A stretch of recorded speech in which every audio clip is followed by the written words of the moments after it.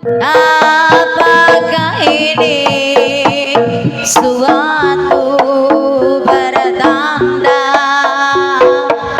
engkau dan aku akan dipisahkan? Tak pernah aku dipulangkan masing-masing ya. Waktu tinggal kurang dari 10 menit lagi.